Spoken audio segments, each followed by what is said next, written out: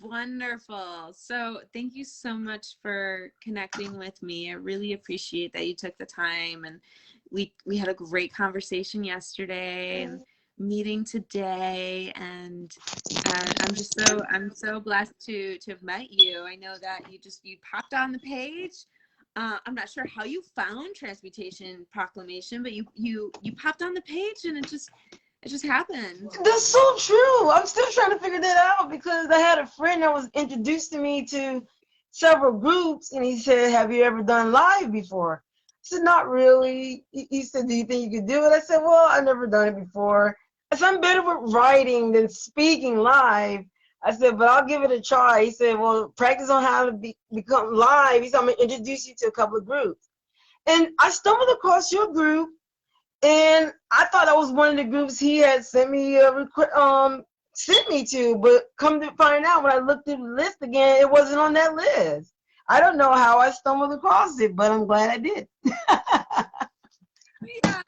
Well, I'm so happy that you did, and that we had just started talking about what we call tools of the week. So every other week we talk. Hi, Mary Beth, welcome. Um, we talk about different tools of the week. So this past week we talked about childhood, and I shared some of my stories and insights and practices. So I've had great childhood experiences, Yes. and I still am able to connect to a lot of those experiences by reenacting them. For example, I still love climbing trees, and I I love still being in touch with that imagination, that presence, that wonderment. I go on so many hikes, I know you do too, and joy. And so for a while I was saying that that's our inner child, and yes, that is our inner child,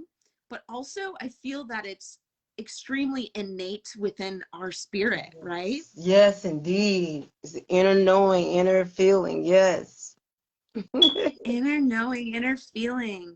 And that's something I feel that you can relate to. And we're talking about all these magical feelings, but I also understand that we go through trials and tribulations. We go through rough times. We all struggle. And so we can all relate in some way that there will be a struggle and in our lives, and that's how we can connect to one another to say, okay, yes, you I can relate to you. I experience what that pain feels like. And for some reason that connection, just knowing, makes things like open to discussing further and to trust. And so I understand that with Transmutation Proclamation, I want to talk about all the positive things, because that's, if you continue to practice positive, it comes back. But I also understand the importance of talking about struggles and our personal experiences with struggles. And so I'm talking about childhood, and you said, well, I've had a childhood, but not quite like yours. My childhood had some deep struggles, and a light bulb went off, and I said, I think that would be great for you to share some of these struggles so people can relate and see where you're coming from and who you are today. So thank you. This is Tangier, Thank you. Hi, and everybody. she is here. Thank you so much for coming, and I'd love for you to take the stage and talk about some of those childhood struggles. And just as you said, I do love to talk about the positive things too, and that's how actually, and like you said, putting that into practice does make it happen. That's how you heal. I learned how to transmute my pain basically, and learn how to shift my energy from negative to positive. Whatever I've gone through negative, I've learned how to transmute it basically by twisting it, turning it, shifting it into a different direction, to a positive direction. But yeah, like growing up, as a child, especially in school, I got picked on for being different, and being weird, being poor, being like just being overweight and stuff like that. And I was struggling with that. And then, just having like some difficulties, at home with family. It was kind of rough. Like some of the things we've been through, like a lot of like spankings and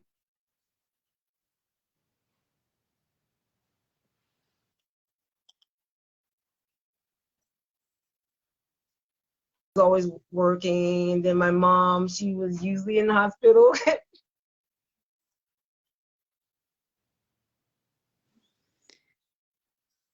And then I always felt like a loner, and I'm the only girl out of six brothers, five living. So, and I was the weird one, the outcast, because I was different, and I know my childhood, being the kind of person that I am, I always was in contact with like spirits, basically. So that's why I was always the different one, because spirits would contact me, good or bad, and I couldn't find anybody to talk to. So, because I was either misunderstood, or I was weird, or I was make believe, or it was just my creative imagination, which I still do have to this day.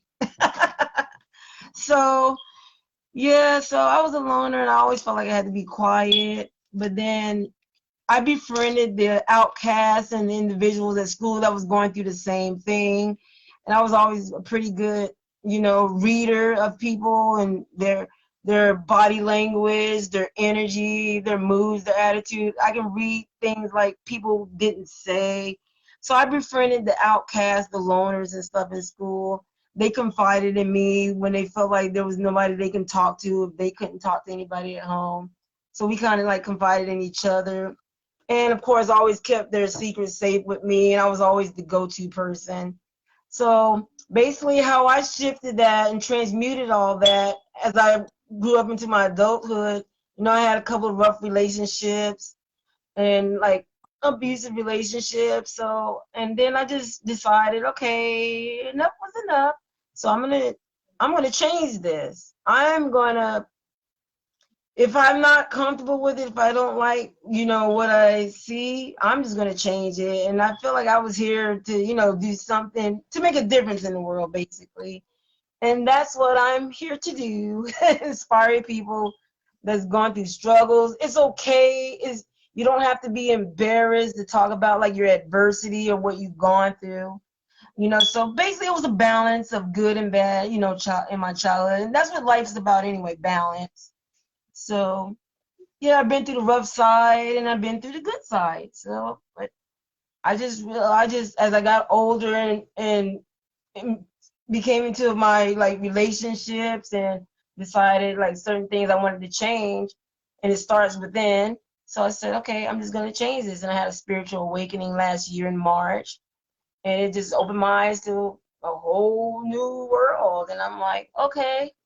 And I decided I'm just gonna break like generational curses and all kinds of stuff, just negative situations, and just transmute that into positive, So I basically how I transmute my negative energies is through laughter, meditation, through nature, because I was always into nature as a kid. So animals are very healing, water, stuff like that. So I was always like that as a kid. That was part of my inner child. So I reconnected basically with that, my inner child, and that's how I heal. Yeah, beautiful. So what I heard when in the conversation is that you have connected with those who maybe were outcast because in a way you felt like you can relate to them, Yeah. because you kind of felt like there was certain parts of your life that you were maybe in fear or felt sad about, in that you felt that maybe you couldn't control that in your household, but Right. you couldn't stand up for yourself in your household, but you could certainly stand up for the people in school that you see the same thing happening to. That's exactly what inspired me to do that. And I felt like, okay, I wasn't a voice at home, so I'll be a voice for the other people.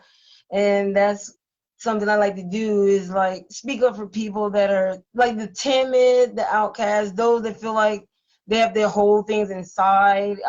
Most of my friends always had the whole things inside, like been in abusive homes and broken homes and all types of abuse. So basically I befriended them and they confided in me.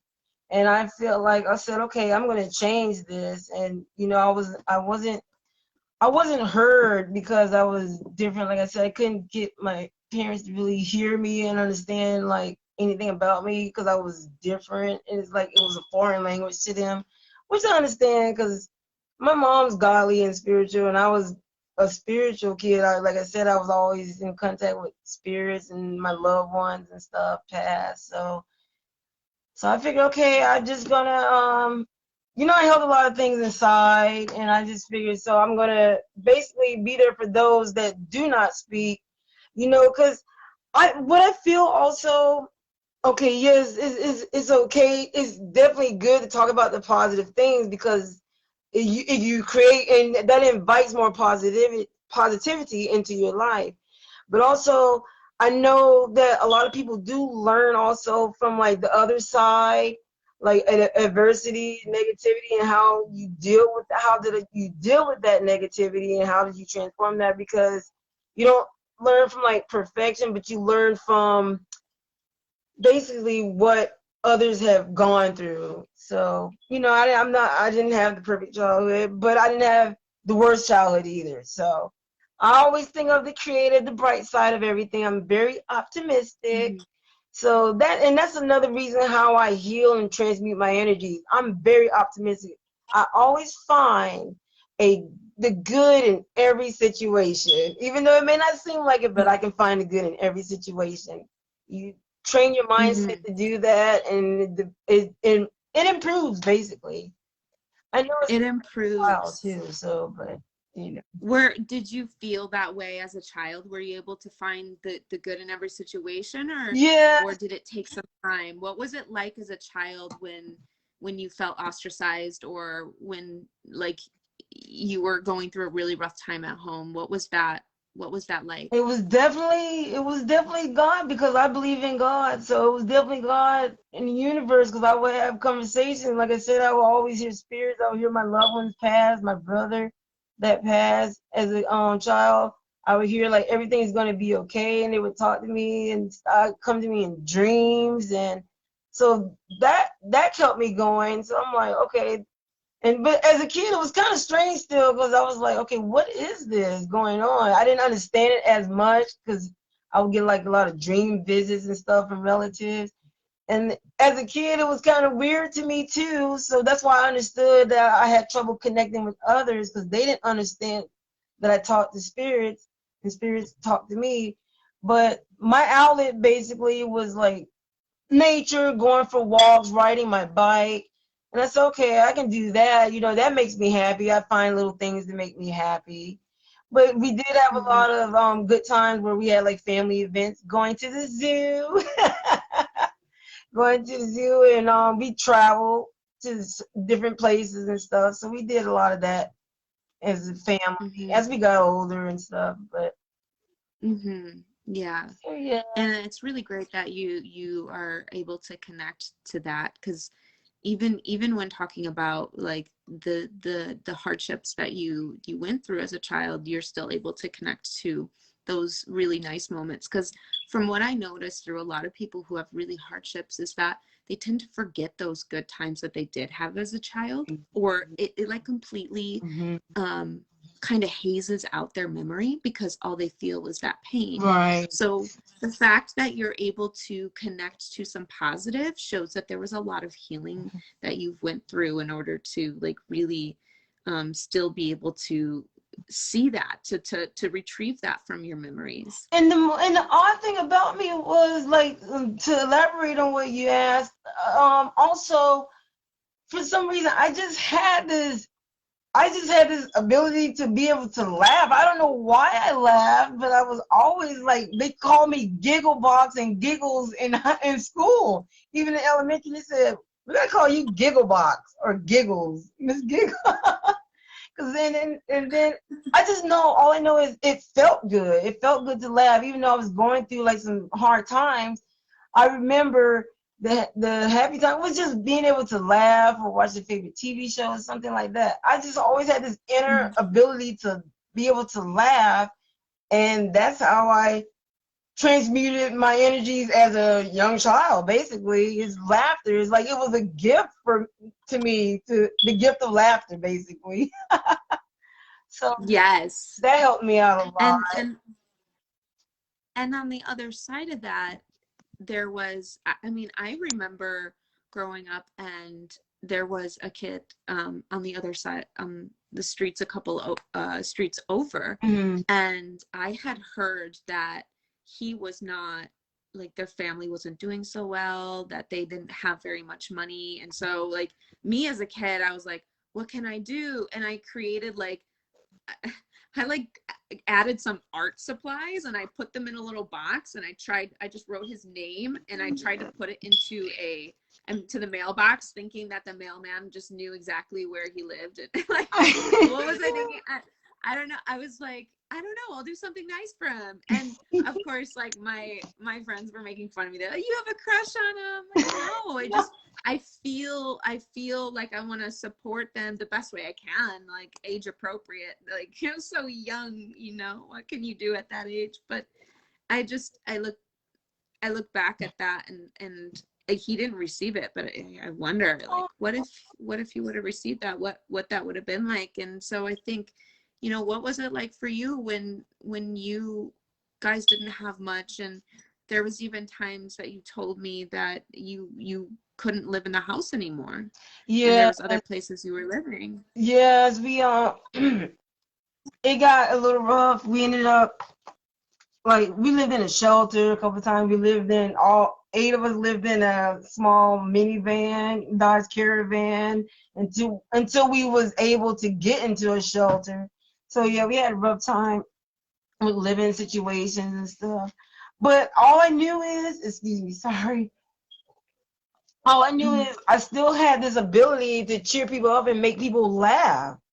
And I knew that made me feel good too. So, excuse me. I'm so sorry. So I did that a lot with family, with my classmates, my friends. So basically, laughter was my savior. Yeah. Making people happy, yeah, made me feel good. Yes. And there's something, I guess, about that I guess that goes to say, like, what your parents are saying to you, because if you're just like, here we are, this is a situation, sometimes as kids we don't even realize what's going on. We don't realize, like, what our parents are feeling, and the like the depth into the situation that you're actually in. You're just like, hey, we're in a minivan, this is it, and we're children just being children, right? Exactly. And yeah, so go ahead. All I knew is just made me happy. It made me feel good. That was another thing that kind of helped me out, made me feel better and get through my tough times, because I was like, okay, if people can come to me and confide in me what they were going through, it actually, believe it or not, it actually helped me in return. Because I'm like, okay, it made me feel important too. I was like, okay, if I can listen to someone that no one else listens to, that made me feel good. It was actually healing in a way for me. And I was like, okay, so maybe I need to be that person that I want, I want it to be. So it just basically, it did help. It helped me out a lot, listening to other people. And I said, okay, that's something I want to do when I get older. I want to be a counselor or psychologist. I'm already working on books, by the way. Working on trying to get books produced, write about my childhood, cause being that I wasn't heard so much growing up. So so one of my book titles is going to be like, Can You Hear Me Now? Can you hear me now? Can you hear me now? Oh my God, Tangier, that's amazing. I don't have to be silent anymore. So that's such a great title. So Tangier is just explaining that she is coming up with a book that says, "Can you hear me now?"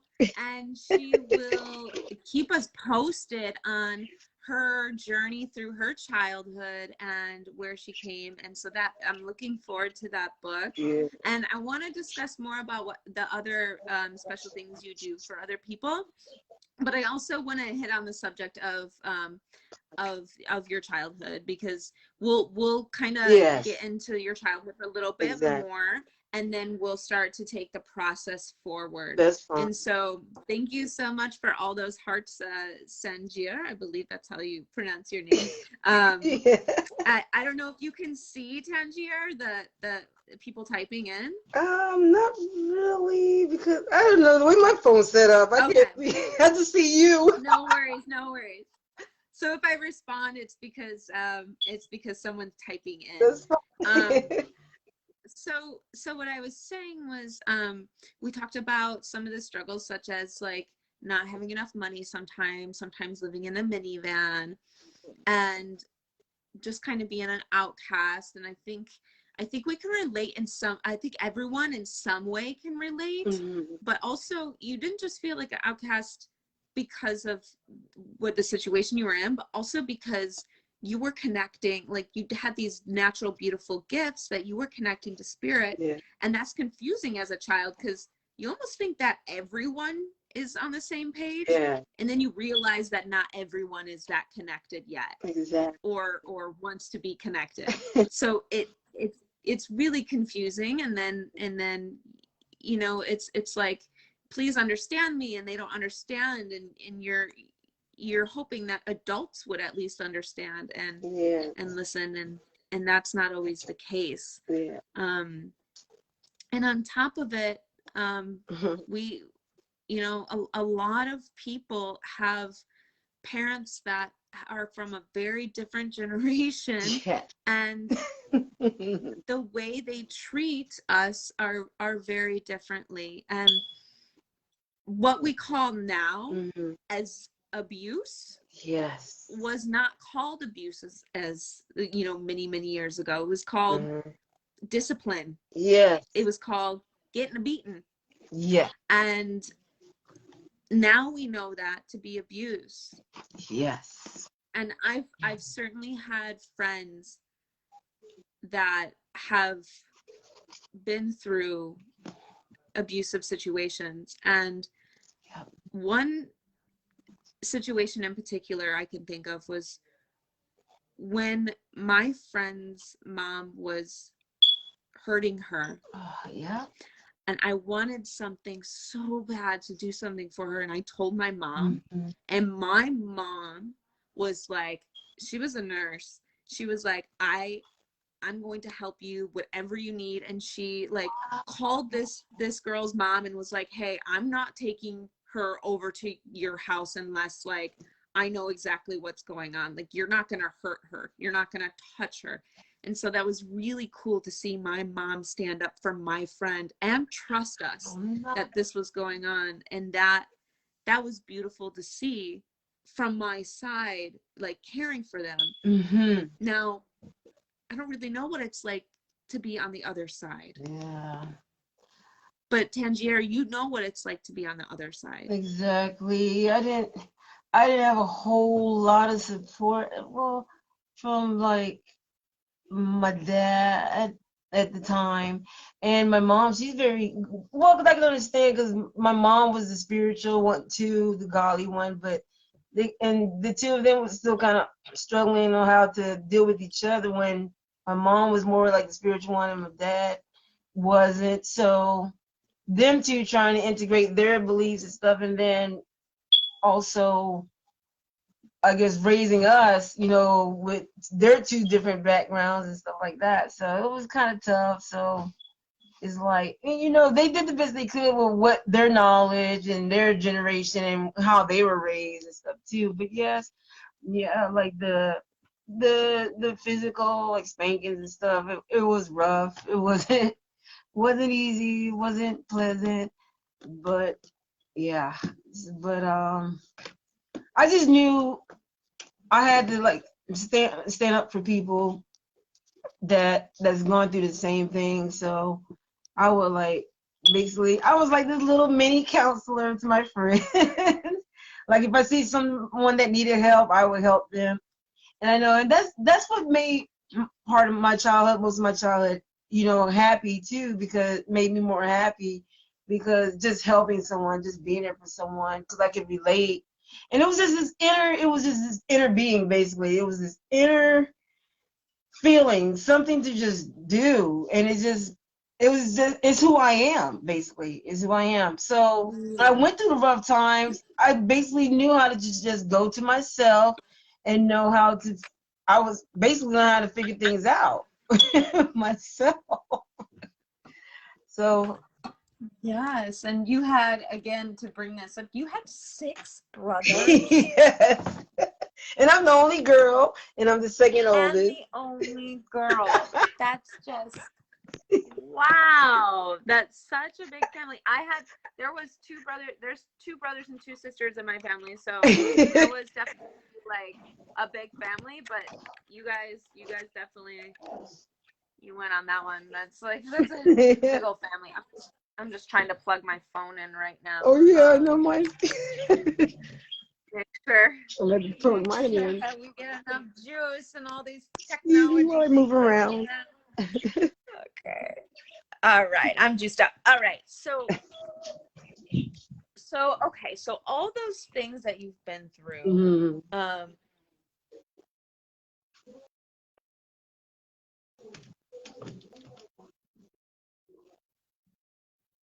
been through. Oh no. That. Can you hear me? Okay. Yes. Okay. Yes. So you felt like an outcast. There was abuse that happened. You guys didn't have enough money at times. And although you still had that spark of joy, there was definitely moments where you had explained to me that you went through a depression. Yes. And that there was many rough times. Can you explain a little bit more about the depression and like what moments and that pivotal moment that happened that turned everything around? Yes, I don't mind talking about that at all. I had being that I went through rough times with my dad. It's like me and my dad would kind of butt heads a lot. So he didn't understand me. There was times he was like, I don't know what to do with the girl, it's easier to have all boys. So that made me feel kind of bad. I was about myself.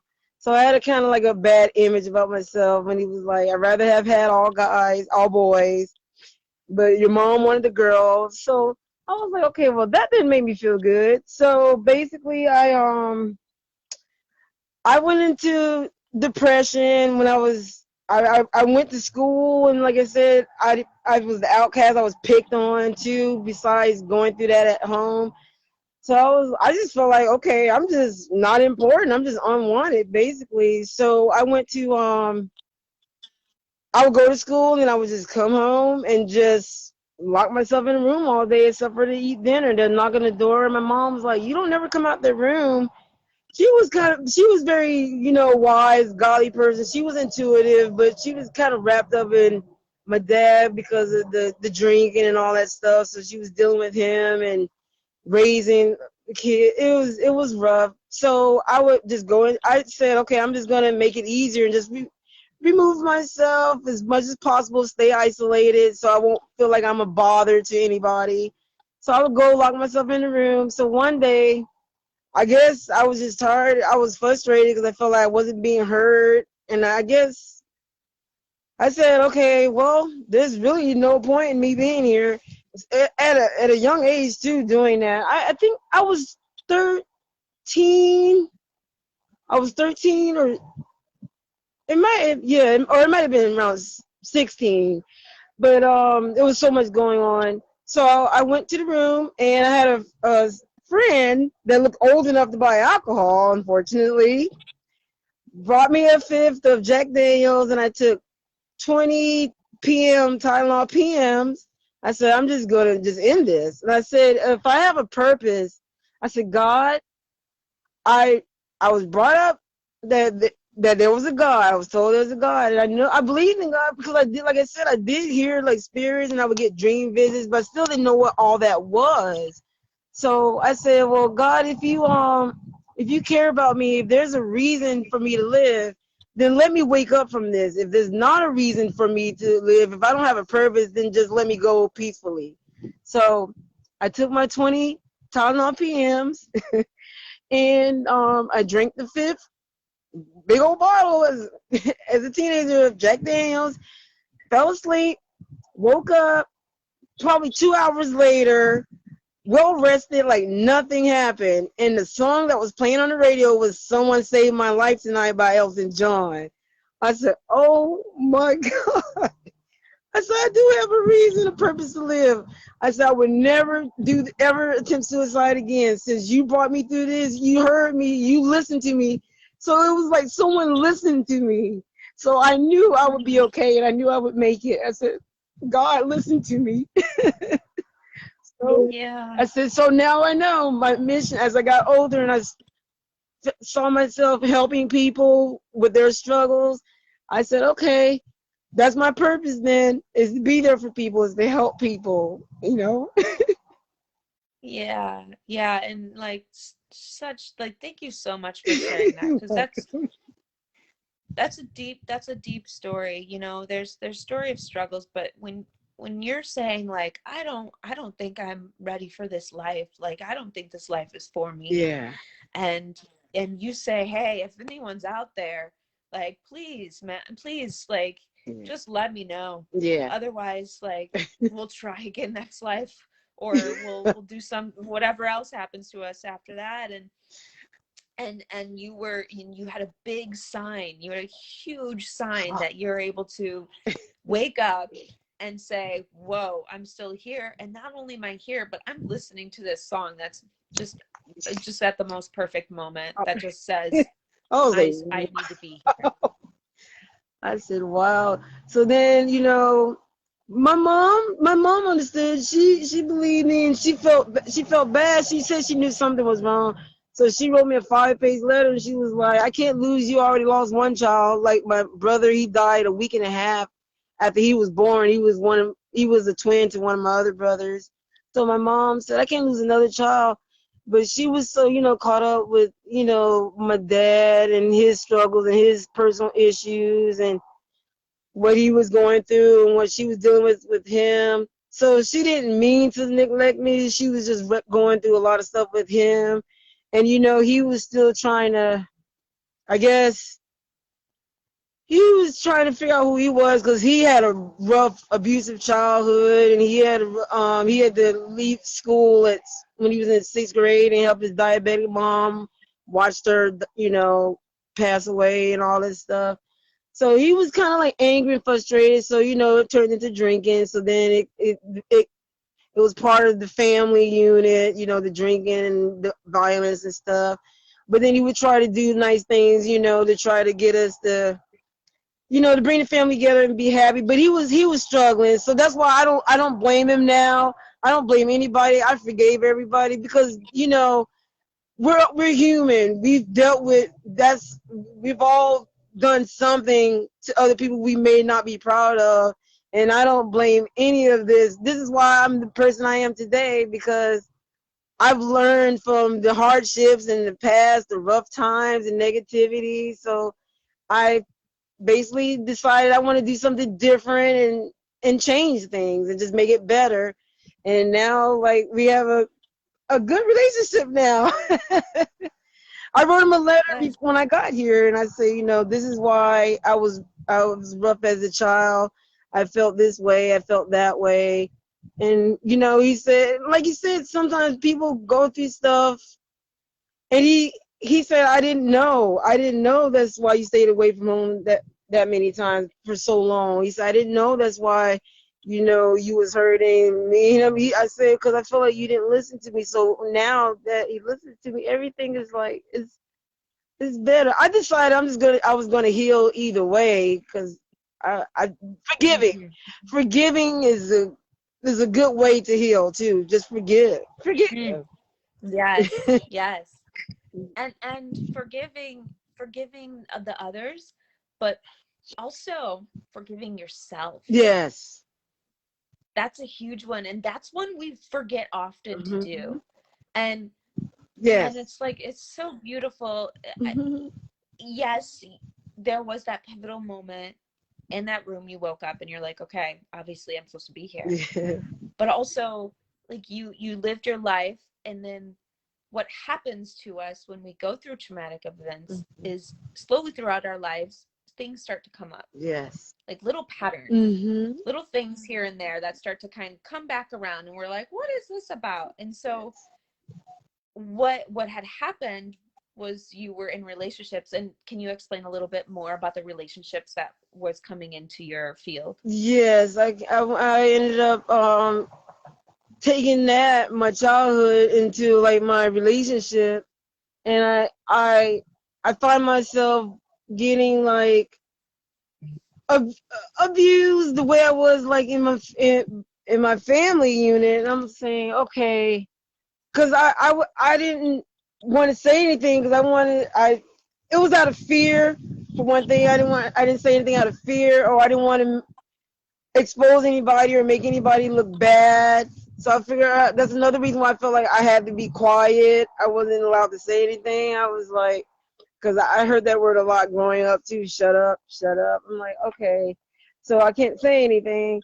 But yeah, I took a lot of rough, fights and stuff in relationships. But I will always try to be the nurturing one and try to calm the situation and let them be themselves and do what they want to do. But I feel like I said, okay, this is not working for me though. What about me? I said, okay, I'm trying to be here for people, but then I got to remember myself too. So then I decided I'm just gonna heal and I'm just gonna take care of myself. It's like no more. I have to cut it off at some point. But I still I still forgave everybody because I know that people that was a whole other generation. That's how people learn. They learn what the situations and the family units they were brought up in and how they were raised.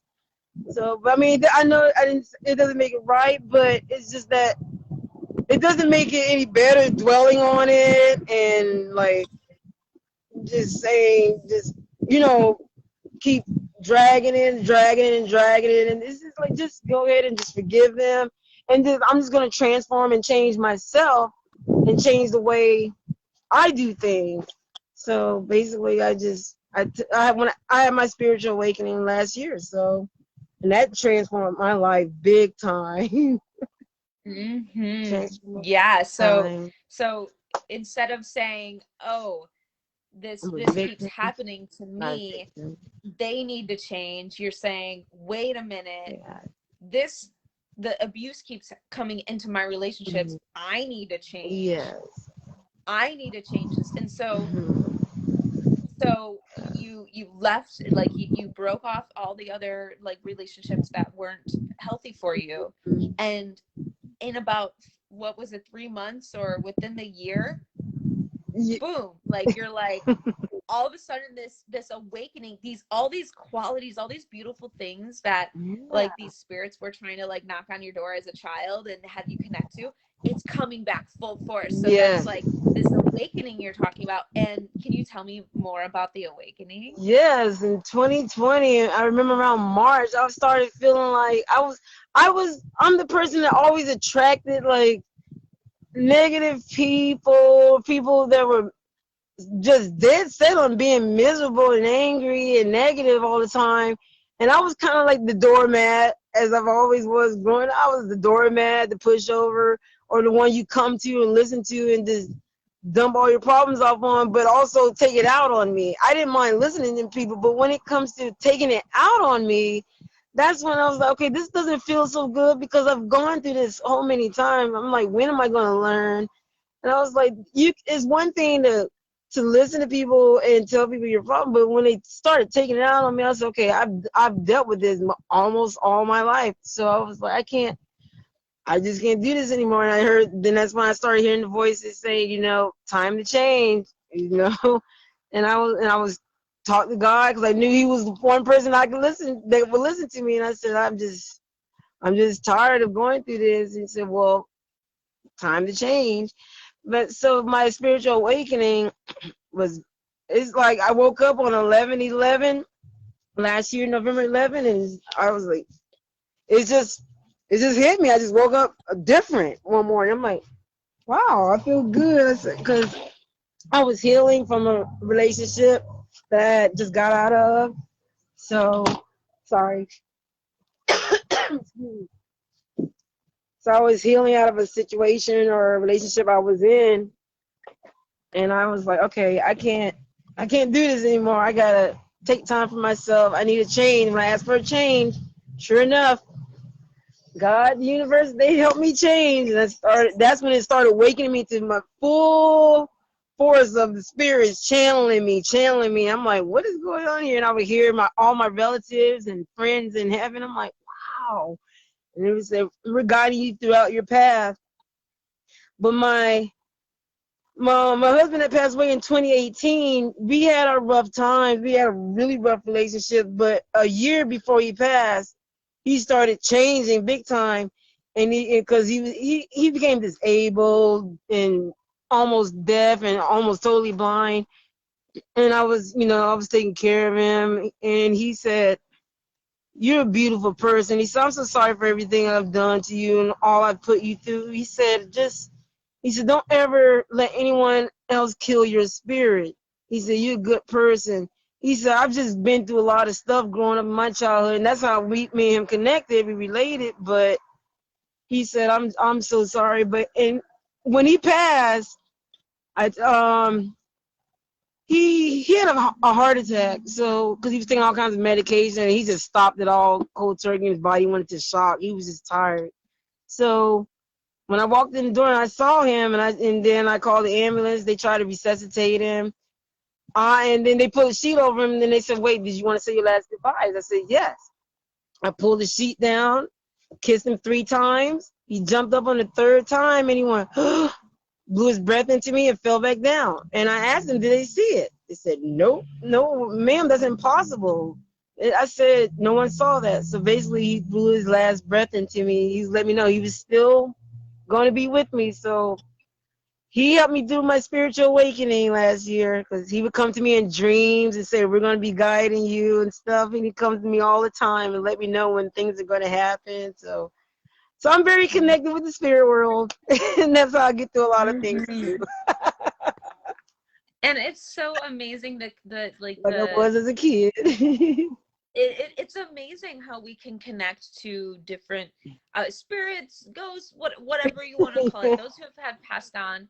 I know that I had told you when my grandpa transferred out of his body just recently, within the past couple months. Mm-hmm. I was there for my grandma, and it was really nice to be able to say, "Okay, grandpa, whenever you're ready." And the moment it happened, I felt this. I didn't know it happened, but I felt this just such a calm, blissful feeling in my heart. Yeah. And Amazing.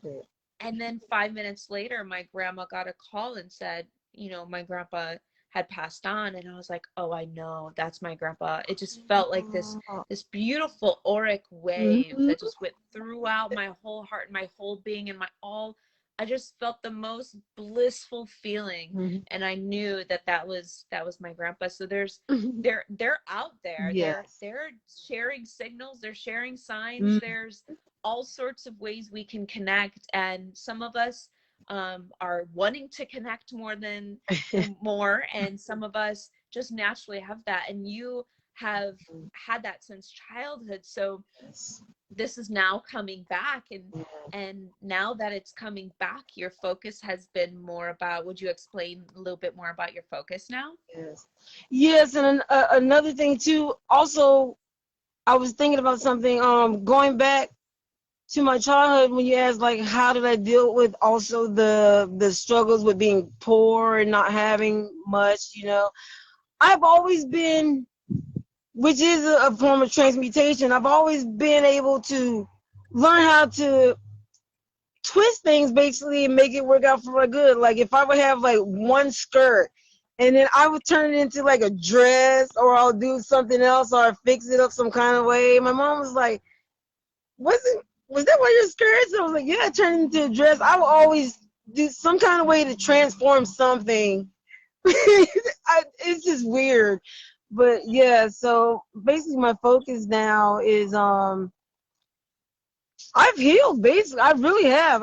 I've fully healed, and I'm just so happy now. My life mission, my life purpose, which is to help motivate people and inspire other people to heal and understand that especially the ones that struggled, maybe didn't have like a not so good childhood, that it's okay to talk about it. It's okay to find somebody like, you can confide in and talk to about it. You don't have to suffer in silence, anymore. And then just try to look at the positive side of things. Basically, that's why I'm here for, to try to help people find the bright side in every situation. I've always been optimistic, so, and that's my life mission and goal, is to help people heal and find the positive side of life. But also make Yes. sure that's how I dealt with things as a kid too. I still try to find the positive side of things, even as a kid, even besides the fact, I wasn't proud of the fact that I tried to kill myself, but you know what? It wasn't meant to be. Thank God it wasn't. and and I said, okay, wait, I can do better than this. I always still had this inner force and feeling to not really give up. I didn't think I was going to really die that night. I kind of knew I had a reason to be here, and then I started thinking about the people that would call on me, or that would confide in me as a kid. And I was like, I really can't leave this world. But I said, but I don't have anybody that will listen to me. I would listen to other people, but who would listen to me? So I always had that guidance from above, basically. And my first grade teacher told me, she said, I can tell, she said, you're gonna be a star someday. She said, you're gonna be a light worker, because she was one. She said, I know your light is gonna shine so bright. She said, you're gonna be a healer. She said, I can tell. She said, I'm telling you right now, I know you're gonna be a healer. And she died when I was 13, and I went to her funeral. She was my first grade teacher. I loved her to death. She said, I see how you interact with the other children and befriend the kids that didn't have anybody, to talk to. So she said, you're going to be a healer. And what and a healer you are. And it's nice to have those moments in our lives where Yes. you have someone that's like rooting for you, and that really stands out in your memory. And Yes.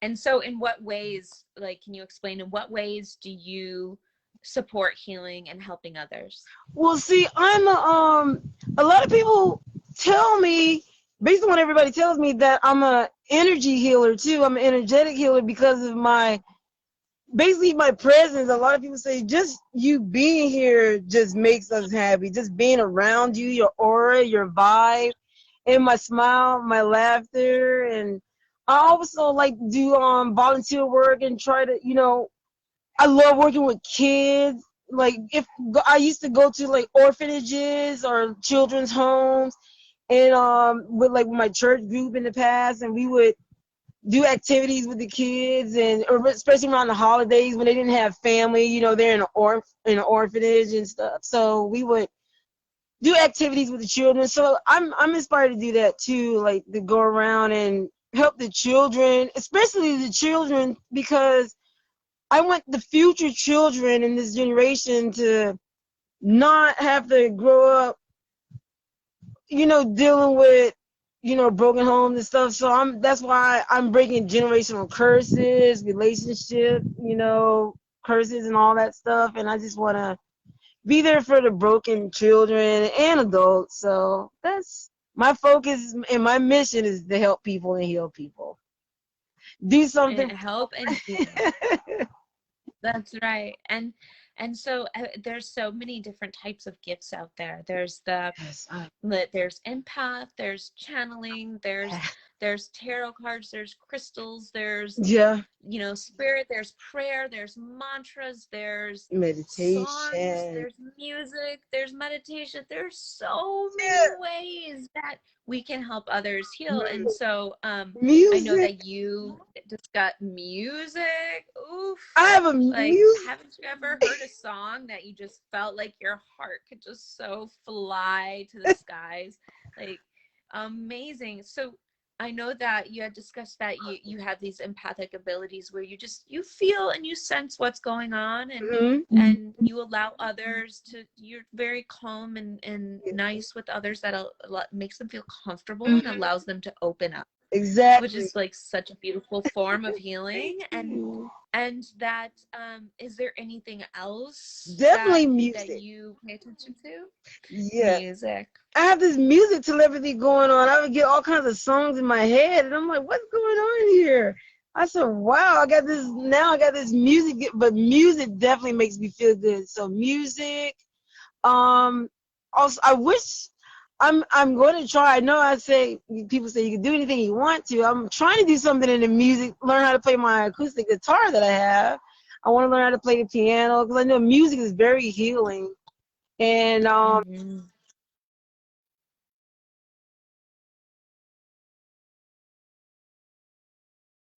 Your phone might have been low on service, but I plugged mine in, so I have some more juice. If you want to try and get back on, we can get back on for the last like 15-20 minutes or so.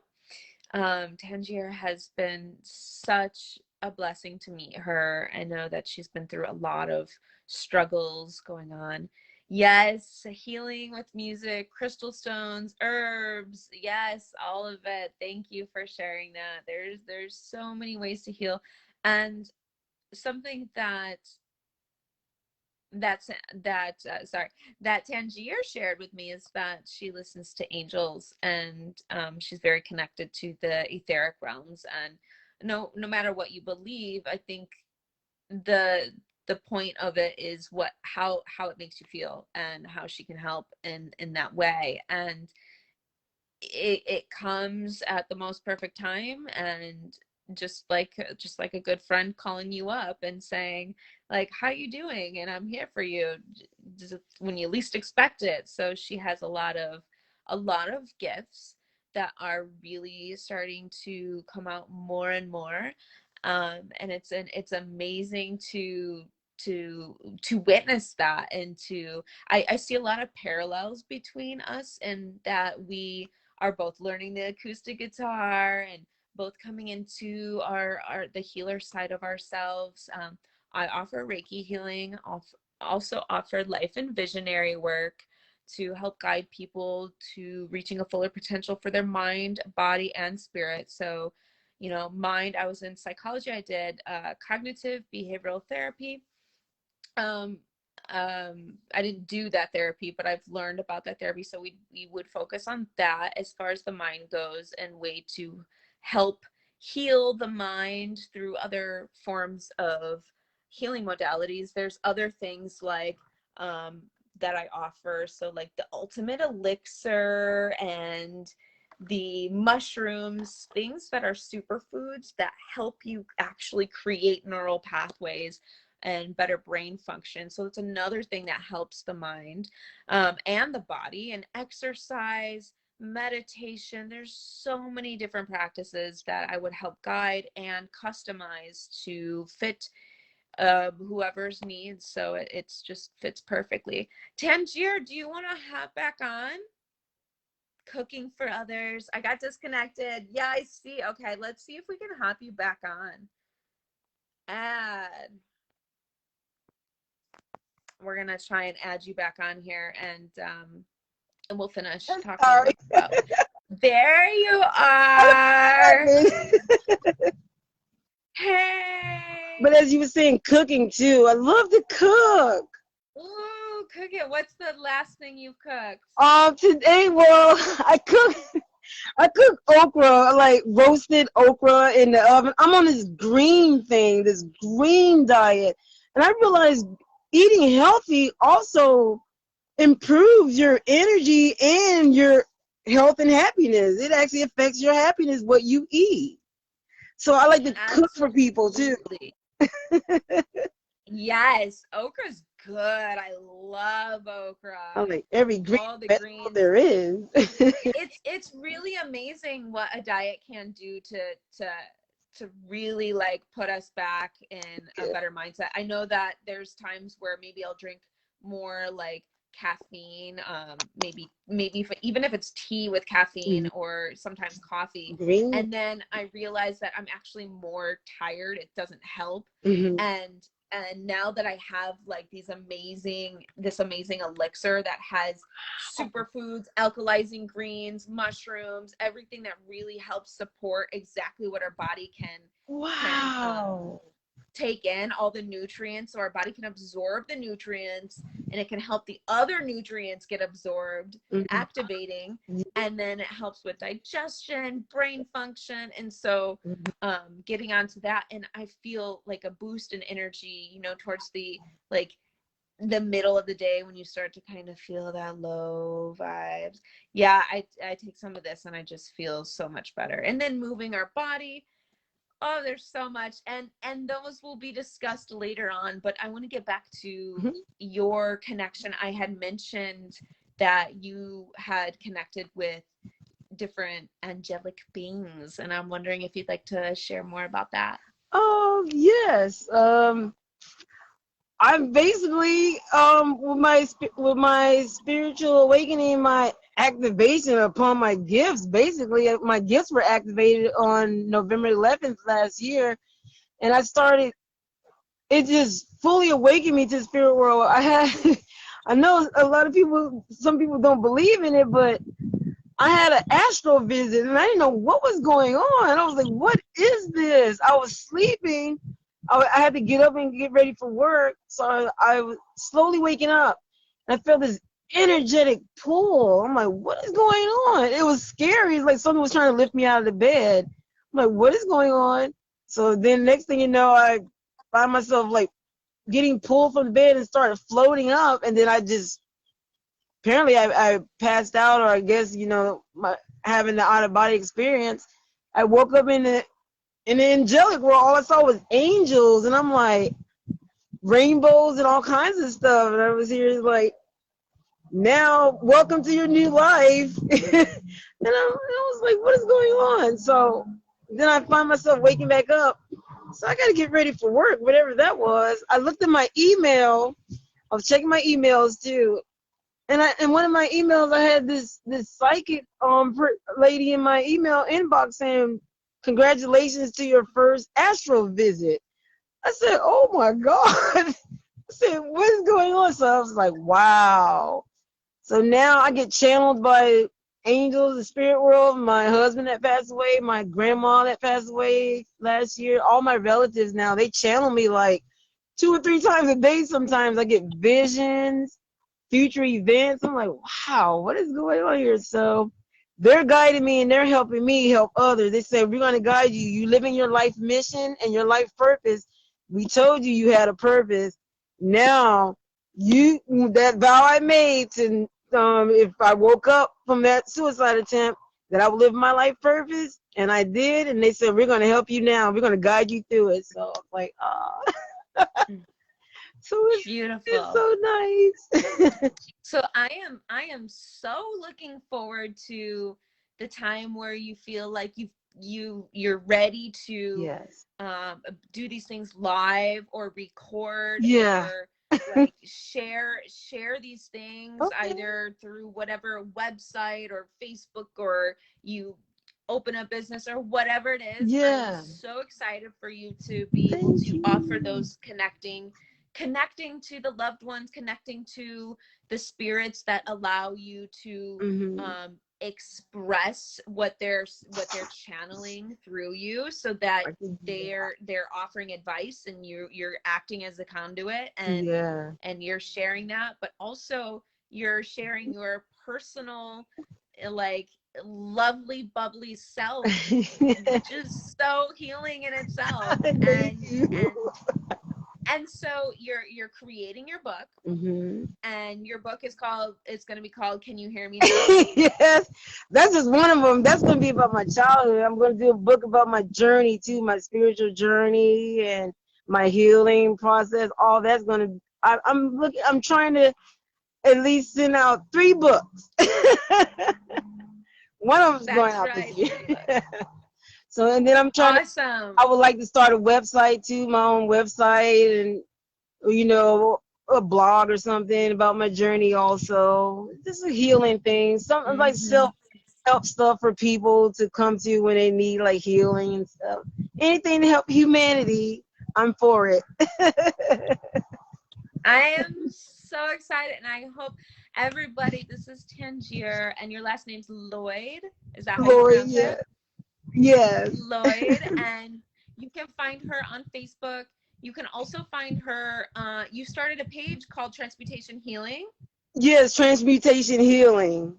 Exactly. Awesome. You can find her through there, connect with her through there, and let's keep an eye on her so we know exactly like when the book's gonna come out and what kind of amazing readings you'll be up to. And with that, yes, you've had some childhood situations where it was totally heartbroken, and you were still able to connect to some positivity. And I had asked you what's something you remember, and you said animals and the zoo. Yes. Oh my gosh, and a dog just barks as we're talking about. My neighbor's dog. Yeah. Animals. Animals. That's so funny. Impeccable timing. So I said, well, when's the last time you've been to the zoo? Last time I've been to the zoo, I know I was at least 8 years old. 8 years old. I gotta go to the zoo. I said, Tangier, I am going to come to Miami at least, like maybe in a week or 2. I'm still trying to figure out the schedule, and we are going to go to the zoo together. Yes, we're going to the zoo. Yes, I am ready. I am so excited. I'm going to be able to see and feel and be around your bubbly, exciting attitude and just your whole being, and we're going to have fun and connect with the zoo animals and see, just be on such an adventure and connect to our innate imagination and presence and wonderment and joy. Yes. Thank you. I'm ready. You're welcome. Thank you so much. Is there any like closing statements you'd like to make for anyone out there? Yes, I wanted to just say I do. I did this. Basically we were sharing the other side of childhood, but yes, I did have a lot of happy and good times with my family too. So yes, there's basically just letting everybody know it's possible for everybody to heal. There's always a good side, a bright side to everything. And that just look for that inner power, that inner ambition to do so. Like once you put your mind to it and you're ready to do it, you can do it and you can heal. I promise you can. I've been through some rough stuff that I didn't think I can get out of, but I did. Put your mind to it, you can do it. I love that. Put your mind to it, you can do it. And remember, forgiveness is healing too. Forgiveness and just that inner power, just that willpower, resilience, persistence, and you're good. You can do anything you put your mind to it. That's right. That's right. Because the heart's there. The heart already wants it. Yes, always connect. Now it's like, now you got to convince your mind, and sometimes the mind's tricky, so it's good to just follow through, keep going through, keep following through, and beautiful things will happen, and beautiful things are happening to you, and you have such a beautiful soul. And thank you so much for connecting with me today. Thank you, everybody, too, and never give up. Never give up. All right, Tangier, I'm looking for future connections with you, and we'll talk soon. All right, love y'all. Namaste later.